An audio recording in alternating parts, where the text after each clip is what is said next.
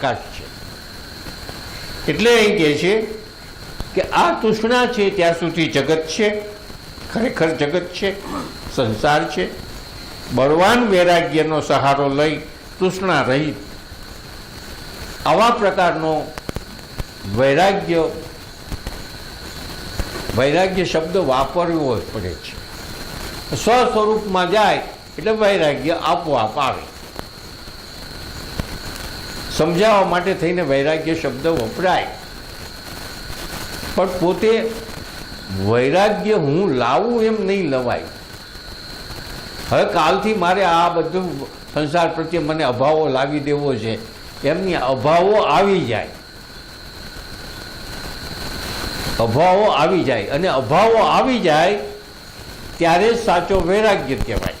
અને એ વખતે સામે પદાર્થ હોય, ભોગવવાને માટે સમર્થ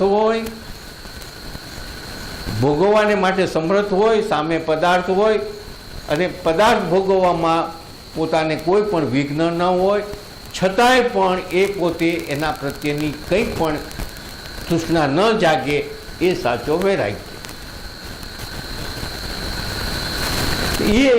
એમાં એ સ્વરૂપ જ્યારે થાય ત્યારે જ આ સ્થિતિ થાય, તે વગર ન થાય. પોતાના સ્વસ્વરૂપમાં આવે ત્યારે જ સ્થિતિ થાય. એટલે અહીં એમ કહેવા માગે છે કે વૈરાગ્યનો સહારો રહે.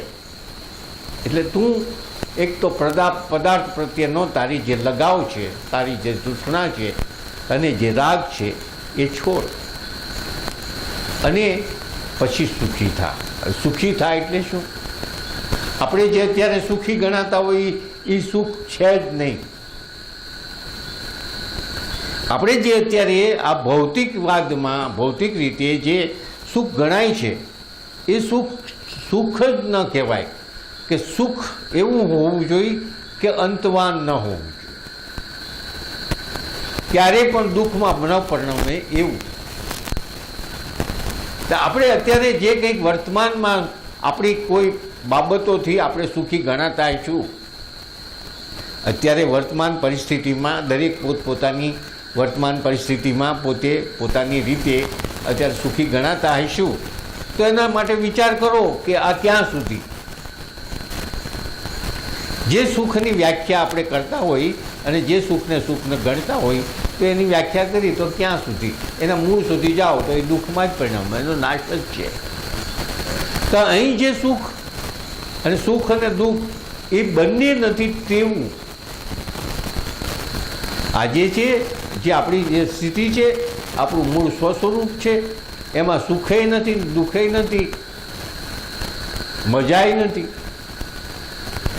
કંઈ જ નથી. પણ છતાં જે છે નિત્યાનંદ સચ્ચિત આનંદ સ્વરૂપ જે કહેવામાં આવે છે તે એ સ્થિતિ પ્રાપ્ત થાય. એને અત્યારે જનક રાજાને એમ કહે છે કે આ સ્થિતિ તું પ્રાપ્ત કર, આ સ્થિતિને તું પ્રાપ્ત કર.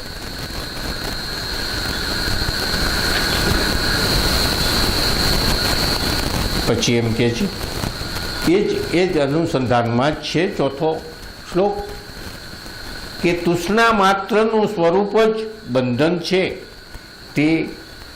તેનો નાશ એ જ મોક્ષ કહેવાય છે. સંસાર પ્રત્યે અનાસક્તિ માત્રથી જ વારંવાર સતત આનંદની પ્રાપ્તિથી તૃપ્તિ થાય છે. જે આગલો શ્લોક છે એના અનુસંધાનની જ આ વાત છે. હજી તૃષ્ણાની જ વાત કરી રહ્યા છે કે તૃષ્ણા માત્રનું સ્વરૂપ જ બંધન છે. હવે જુઓ કે તૃષ્ણા જે છે એ જ બંધન છે, અને જ્યાં સુધી તૃષ્ણાનો અંશ પણ રહેશે ત્યાં સુધી મુક્તિ નથી. એક સાધુનો દાખલો છે કે એક તત્વને પામી ગયેલા હતા, પોતાની સ્થિતિને પામી ગયા હતા, સ્વસ્વરૂપમાં ભળી ગયા હતા. એને થોડાક શિષ્યો હતા અને એ એક બોરડીના ઝાડની નીચે રહેતા હતા પોતાની બેઠક હતી. પોતાના શિષ્યોને એમ કીધું કે મારું શરીર હું છૂટી જશે ત્યારે ઉપરથી વાજા વાગશે ને મોટા મોટા અવાજો થશે ને ફૂલની વૃષ્ટિ થશે ને પડઘમ વાગશે ને આવું બધું થશે ને ફૂલની વૃષ્ટિ કરશે, દેવો બધા ઉપરથી આશીર્વાદ દેશે, આવું બધું થશે ત્યારે જાણવું કે હું મારું શરીર છૂટી ગયું, કારણ કે મને મારું એ સ્વાગત થશે, આ બધા દેવો મારું સ્વાગત કરશે. થોડો ટાઈમ થયો ને સાધુનું શરીર છૂટી ગયું. સાધુનું શરીર છૂટી ગયું તો શિષ્યો બધા વાટ જુએ કે આ પડઘમ વાગે, અપસરા હોય ને ફૂલની વૃષ્ટિ થાય, આવું જ કંઈ થતું નથી. બધા જોયું કે હા શું થયું, આપણા સ્વામીજી તો બરાબર હતા, મુક્ત હતા. એક શિષ્ય જરા બરાબર હોશિયાર હતો અને જોયું કે આ બોરડીના ઝાડ ઉપર એક બરોબર પાકેલું બોર હતું, મોટું સરસ મજાનું, અને જે ગુરુદેવ સૂતા હતા એની નજર સામે હોય એવું લાગ્યું. એણે બોરને ઉતારીને ફોડ્યું ત્યાં અંદરથી એક મોટો કીડો નીકળ્યો અને કીડો તરફડતો જમીન ઉપર પડ્યો અને મરી ગયો. કીડો મર્યો એટલે પડઘમ વાગ્યા અને ઉપરથી પુરુષની વૃષ્ટિ થઈને આ બધું થયું. જે કંઈક ગુરુએ કીધું કે એટલે કહેવાનો મતલબ એમ છે કે મુક્ત થઈ ગયા હોવા છતાં એક બોરની અંદર પણ પોતાની જે વાંચના રહી ગઈ હતી તો એને એટલું બોરમાં પણ આવવું પડ્યું. એ અહીં અત્યારે અષ્ટાવક્રજી એમ કહે છે કે જ્યાં સુધી તૃષ્ણા છે ત્યાં સુધી મુક્તિ નથી. જ્યાં સુધી આવી પ્રકારની કોઈ પણ તૃષ્ણા છે ત્યાં સુધી મુક્તિ નથી. નિત્યાનંદ અને પ્રકાશાનંદના વાર્તાલાપ અને ધર્માલાપનું બહુ સરસ બંનેના સંવાદના કોઈ સારા ભક્તોએ આખી પુસ્તિકાના રૂપમાં લખેલી છે, નોંધ કરેલી છે. એમાં જ્યારે નિત્યાનંદજીના શરીર છૂટવાની વાત હતી એવો પ્રસંગ આવે છે. આ તો પેલી તો આપણને સમજાવવા માટે કોઈ ઘડેલી વાત છે, પણ આ તો જે હું અત્યારે કહું છું એ તો તદ્દન સત્ય ઘટના છે, બની ગયેલી છે. એ સૌરાષ્ટ્રની વાત છે. પીઠળિયા કરીને ગામ છે, ત્યાં નિત્યાનંદ મહારાજ પોતે રહેતા હતા. બહુ ઊંચી ભૂમિકાએ પહોંચેલા હતા અને એમના બંને વચ્ચેના સંવાદો પણ બહુ ઊંચી ભૂમિકામાં છે. હવે આમનું જ્યારે શરીર છૂટવાની તૈયારી હતી પણ શરીર છૂટે નહીં. પ્રકાશાનંદ આમ ગુરુ શિષ્ય જેવું નહોતું પણ સમકક્ષ હતા બંને, એટલે બંનેને બહુ સારું જામતું હતું અને સત્સંગો કરતા હતા. તો પ્રકાશાનંદજી હાજર હતા અને આમનું શરીર છૂટે નહીં. પ્રકાશાનંદજી સમજી ગયા કે આમને હજી કંઈક રહી ગયું છે, કંઈક તૃષ્ણા રહી ગઈ છે અને આ શરીર છોડતા નથી. આટલા બધા ઉચ્ચ કક્ષાના જ્ઞાની હોવા છતાં કેમ શરીર છૂટતું નથી? શરીરને છોડી દેવું જોઈએ. પછી એકાંતમાં જ્યારે પોતે એકાંત પડ્યું ત્યારે એમના નિત્યાનંદજીને પૂછ્યું પ્રકાશાનંદ કે આપ શરીર છોડી દો, હવે શું છે, કંઈ બાકી છે? એટલે કે હા. શું? તો કે મારા શરીરને ગંગામાં પધરાવજો, મારા શરીરને ગંગામાં પધરાવજો. એટલે તરત પ્રકાશાનંદજીએ કીધું કે પ્રભુ આ શું તમે બોલો છો? તમે ક્યાં પહોંચ્યા છો? તમે શરીરને હજી કેમ વળગી રહ્યા છો? હજી શરીર પ્રત્યેની તૃષ્ણા કેમ છે એમ કહેવાનો મતલબ છે. આ શરીર પ્રત્યેની હજી તૃષ્ણા છે. હવે આટલું જરા કીધું અને તરત શરીર છૂટી ગયું. આટલું કીધું ને તરત શરીર છૂટી ગયું. આ હકીકત બનેલી છે, આપણી પાસે પુસ્તક છે. હે હા હા, હમણાંની જ કાંઈ બહુ લાંબો ગાળો નથી થયો. હરિહરાનંદના ગુરુ નિત્યાનંદ, આટલી જ વાત. આટલે ઊંચે પહોંચેલા જે છે એમને પણ આ તૃષ્ણા. એટલે અહીં જનક રાજાને જે આ ચેતવણી આપે છે, આટલું બધું આમ જે કહેવાય છે ને કે પાથીએ તેલ નાખવું. એટલે અહીં છેલ્લે પણ ઝીણામાં ઝીણી વાતથી એને છોડતા નથી કે આ તૃષ્ણા કેટલી ભયંકર છે કે આટલું બધું ત્યાગ કર્યા છતાં પણ એમ થાય કે આ મારું શરીર ગંગામાં નાખીએ. અલગ આટલું બધા તપો કરી, આટલા બધા વૈરાગ્ય લાવ્યા, આટલું બધું એમ થઈ ગયું કે હું શરીર નથી, એ આખા જગતને બોધ દીધો, અને છતાંય પાછું અંતમાં એમ કે મારું શરીર ગંગામાં નાખવું. શરીર છે શું? આપણે એમ કહીએ છીએ પ્રકૃતિથી બનેલું છે, પ્રકૃતિમાંથી ભળી જાય છે, આવી બધી વાતો કરી છે. અને પછી જ્યારે અંત સમય આવે ત્યારે આ શરીર પ્રત્યેની માયા જાગે અથવા તો શરીર પ્રત્યેનું તૃષ્ણા જાગે, તો કેવી વાત છે? કહેવાનો મતલબ એમ છે કે એ સ્વસ્વરૂપ એટલું બધું સહેલું નથી, એટલું બધું સહેલું નથી. અને અહીં પણ જનક રાજાને જે આ કહી રહ્યા છે, આપણને એમ થાય કે આ વારંવાર એકની એક વાત, કારણ કે એના શિષ્યને બરોબર પાકો બનાવવો છે. એટલે એમ કે છે કે તૃષ્ણા માત્રનું સ્વરૂપ જ બંધન છે. એટલે જ્યાં સુધી તારામાં તૃષ્ણા છે, જ્યારે તારામાં તૃષ્ણાનો કંઈક અંશ રહી ગયો છે, ત્યાં સુધી તારે બીજો જન્મ લેવો પડશે, ત્યારે તારું બીજું શરીર ધારણ કરવું પડશે. અને જો બીજું ધારણ કર્યું શરીર તો મયડો સમજી લેજે, કારણ કે પછી તો પરંપરા પાછી ચાલુ થાય, પછી તો મયડો, પછી તો ફસાણો. અને આપણે બધા આમાં ફસાયેલા છે, આપણે કોઈ મુક્ત નથી, આપણે બધા આમાં ફસાયેલા છે. અને આ તૃષ્ણા છોડવાની છે, આપણે આમાંથી બોધ લેવાનો છે. માત્ર અષ્ટાવક્રજી જનક રાજાને જે કહે છે એ આપણે પણ આપણા જીવનની અંદર બોધ લેવાનો છે કે કોઈ પણ પદાર્થો પ્રત્યે તૃષ્ણા છોડવાની વાત છે. અમુક વખતે છોડી દીધું એટલે છોડ્યું નથી હોતું, અંદર ઊંડા આ અહંકારની અંદર ક્યાંય પણ હશે ખોળીને કાઢવાનું છે, ખોળીને કાઢવાનું છે. અને જેમ નીકળે એમ એના પ્રત્યેનો વૈરાગ્ય, સમજણપૂર્વકનો વૈરાગ્ય, એટલે છોડવાની વાત નથી, સમજણપૂર્વકનો વૈરાગ્ય કાઢવાનો છે. જ્યાં જાગે, જ્યાં ખોટો કાઢે ત્યાં એટલે બંધન છે તેનો નાશ એ જ મોક્ષ. તૃષ્ણાનો નાશ એ જ મોક્ષ.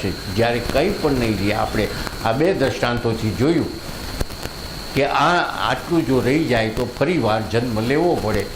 અહીં પણ અષ્ટાવક્રજી એ જ કહે છે કે થોડુંક પણ તૃષ્ણા ક્યાંય પણ રહેશે તો તારું બંધન છે. તૃષ્ણા છૂટી જેવી છે તો જ તને મોક્ષ. તૃષ્ણા છૂટવી અહંકારની હાજરી છે ત્યાં સુધી તૃષ્ણા છૂટતી જ નથી. અહંકારની જ્યાં સુધી હાજરી છે ત્યાં સુધી તૃષ્ણા છે. તૃષ્ણા એ જ અહંકાર છે, અહંકાર એ જ તૃષ્ણા છે, તૃષ્ણા એ જ અહંકાર છે. અહંકારનું તત્વ રહેવું ન જોઈએ. અને એ જ્યારે હું બ્રહ્મ છું, હું સચ્ચિદાનંદ સ્વરૂપ છું, એ સ્થિતિ આપણી પ્રાપ્ત થયા પછી આનો નાશ થઈ જવો જોઈએ. એટલે જો અહંકાર નહીં હોય તો મુક્તિ જ છે. અહંકાર નથી એટલે પોતાના સ્વરૂપમાં જ છે. પછી મોક્ષ લાવવાની જરૂર નથી કે મોક્ષ કરવાની જરૂર નથી. આત્મ સાક્ષાત્કાર કે આ મહાત્મા નહોતો પછી આવ્યો ને એવી કંઈ વાત નથી. અહંકાર ન હોવો એટલે મુક્તિ. સંસાર પ્રત્યે અનાસક્તિ માત્રથી જ વારંવાર સતત આનંદ પ્રાપ્તિની તૃપ્તિ થાય છે. સંસાર પ્રત્યે અનાસક્તિ એટલે અનાસક્ત ભાવ, અભાવો લાવવો. અને અભાવો જ્ઞાન દ્વારા જ આવશે. અભાવો જ્ઞાન દ્વારા જ લાવશે, એ સિવાયની યાદ. જ્ઞાન ક્યારે આવશે? ચિત્ત શુદ્ધિ થયા પછી તત્વજ્ઞાન પ્રાપ્ત થાય. પહેલાં સાધનાઓ કરવી પડે, સાધનાઓ કર્યા પછી ચિત્ત શુદ્ધિ થાય, ચિત્ત શુદ્ધિ થયા પછી તત્વજ્ઞાન પ્રાપ્ત થાય. અને તત્વજ્ઞાનથી પછી એનું કાંઈ થયું નથી ને. અનાસક્ત ભાવો થાય અને આ એ થતાં વારંવાર સતત આનંદ પ્રાપ્તિની તૃપ્તિ થાય. વારંવાર સતત એટલે આપણે જ્યારે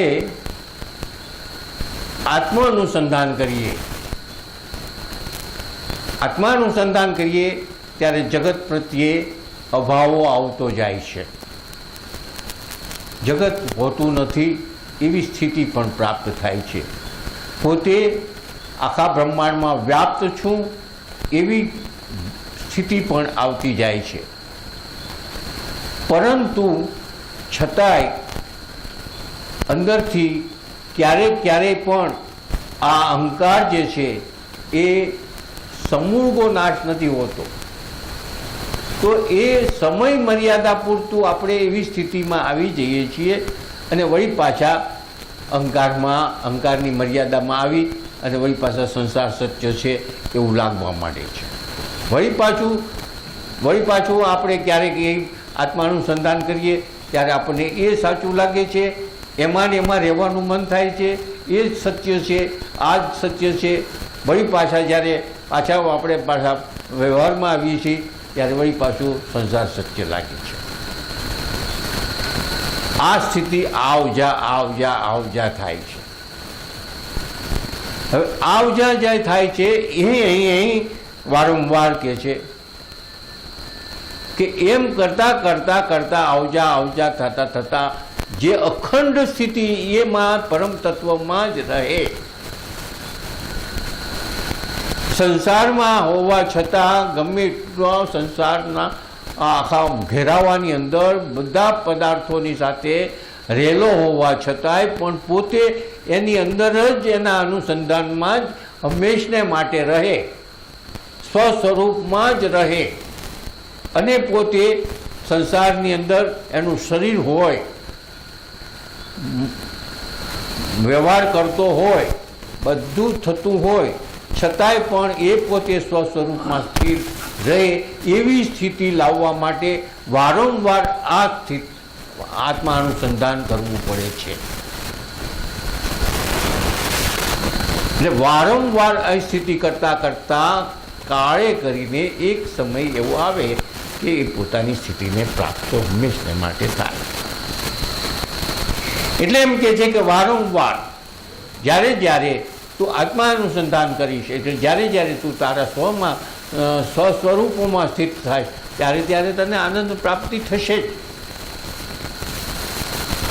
પણ પછી પાછો જ્યારે વ્યવહારમાં આવીશ ત્યારે આ જાય છે. એટલે તારે શું કરવાનું છે કે તારે એ સ્થિતિમાં રહેવા માટે પ્રયત્ન જ કર્યા કરવાનો છે. એને જ આત્માનુસંધાન કહેવામાં આવે છે. અહીં પણ એવી જ વાત જુદી ભાષામાં કહે છે. અહીં પણ એવી જ વાત છે, જુદી ભાષામાં કહે છે કે સંસાર પ્રત્યે અનાસક્ત ભાવ માત્રથી, સંસાર પ્રત્યેનો અનાસક્ત ભાવ એ સિવાય આવશે નહીં. આત્મા અનુસંધાન સ્વરૂપમાં સ્થિત થવા માટેના પ્રયત્નો, જ્યાંમાં કીધું છે આપણે રોજ પ્રાર્થના કરી છીએ, સમાધિમાં સ્થિત પ્રજ્ઞ જાણવું કેમ કે સ્થિત પ્રજ્ઞ, જેમાં જે આખા બ્રહ્માંડમાં વ્યાપ્ત છે એમાં મારી પ્રજ્ઞા થઈ છે તેવો. એમાં પણ એવું જ બધું કીધું છે. ક્યારેક હજી આપણને ટાઈમ મળશે ત્યારે આપણે ફરીવાર એને આખું ફરી કહેશું. ને વારંવાર આનંદની પ્રાપ્તિને તૃપ્તિ થાય છે, પછી તૃપ્તિ થાય છે. પછી તૃપ્તિ ક્યારે થાય છે? અહંકાર નથી ત્યારે. તૃપ્ત ભોગવીને તૃપ્ત નહીં થવાય. સંસારના ભોગો ભોગવીને તૃપ્ત નહીં થવાય. વૈરાગ્યથી જ તૃપ્ત થવાય છે, અનાસક્ત ભાવથી જ તૃપ્ત થવાય છે, એના પ્રત્યેના દોષોથી જ તૃપ્ત થવાય છે. ભોગવીને તો શંકરાચાર્યે કીધું છે કે જેમ ભોગવો એમ યજ્ઞની અંદર જેમ ઘી નાખો અને જેમ અગ્નિ પ્રજ્વલિત વધતી જ જાય. યજ્ઞની અંદર ઘી નાખવાથી અગ્નિ ઠરશે નહીં, પણ વધતી જાય. એવી રીતે ભોગોથી ભોગની વાસના વધતી જાય છે, ઘટે નહીં. તો એને ઘટાડવા માટે તો એના પ્રત્યેનો જે દોષો છે, વૈરાગ્ય છે, આ બધી જે આગળ વાત થઈ છે એ પ્રમાણે જો કરે તો જ ઘટે, નકર ઘટે નહીં. અને એ ઘટ્યા પછી સુખ જ છે, અહંકાર નથી. ત્યાર પછી આપણને નિત્ય સુખ છે.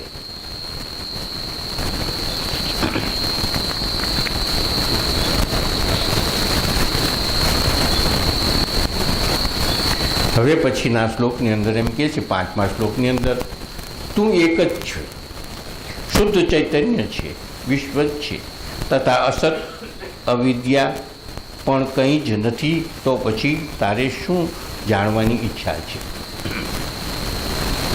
આગલા 2 શ્લોક કીધા એમાં આ તૃષ્ણાની વાત કરી.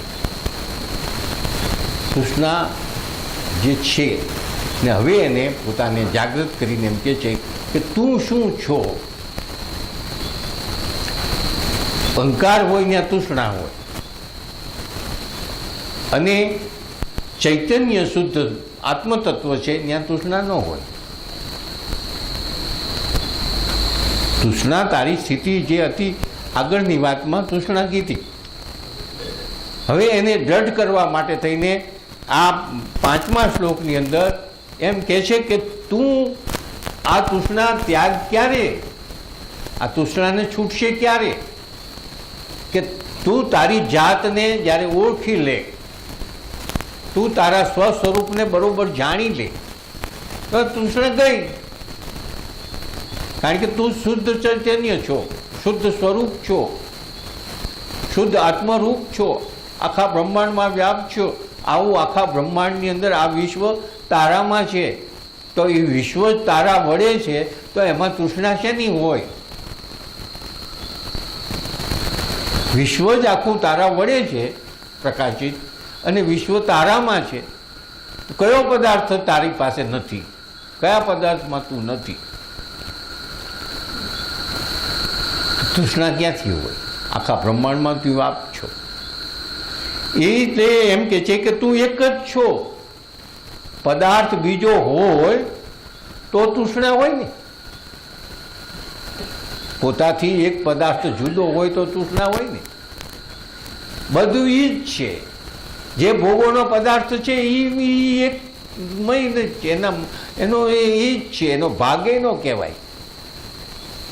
એનું સ્વરૂપ જ છે, એનો ભાગ કેવી રીતે કહેવાય? આખા બ્રહ્માંડમાં એક જ છે, તો એની અંદર જે વિશ્વ છે ને વિશ્વની અંદરના જે પદાર્થો છે એ પણ એ જ છે.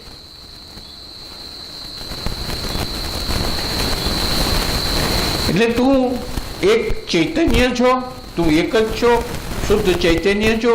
વિશ્વ જળ તથા અસત છે. પદાર્થ તો તને જેના પ્રત્યે તૃષ્ણા છે એ તો જળ છે, અને તારા વડે જ ચૈતન્ય છે, તારા વડે જ પ્રકાશિત છે. બાકી તો એ જળ છે, એ પ્રકૃતિ છે. અને પછી છેલ્લે કીધું અસત છે. અસત છે એટલે સત્ય છે જ નહીં. સત્ય છે જ નહીં એટલે જે પડદા ઉપર ચિત્ર પડતું હોય પડછાયાને પકડવો હોય તો કેમ પકડી શકીએ? પડછાયો એ આપણું કાંઈ સ્વરૂપ નથી.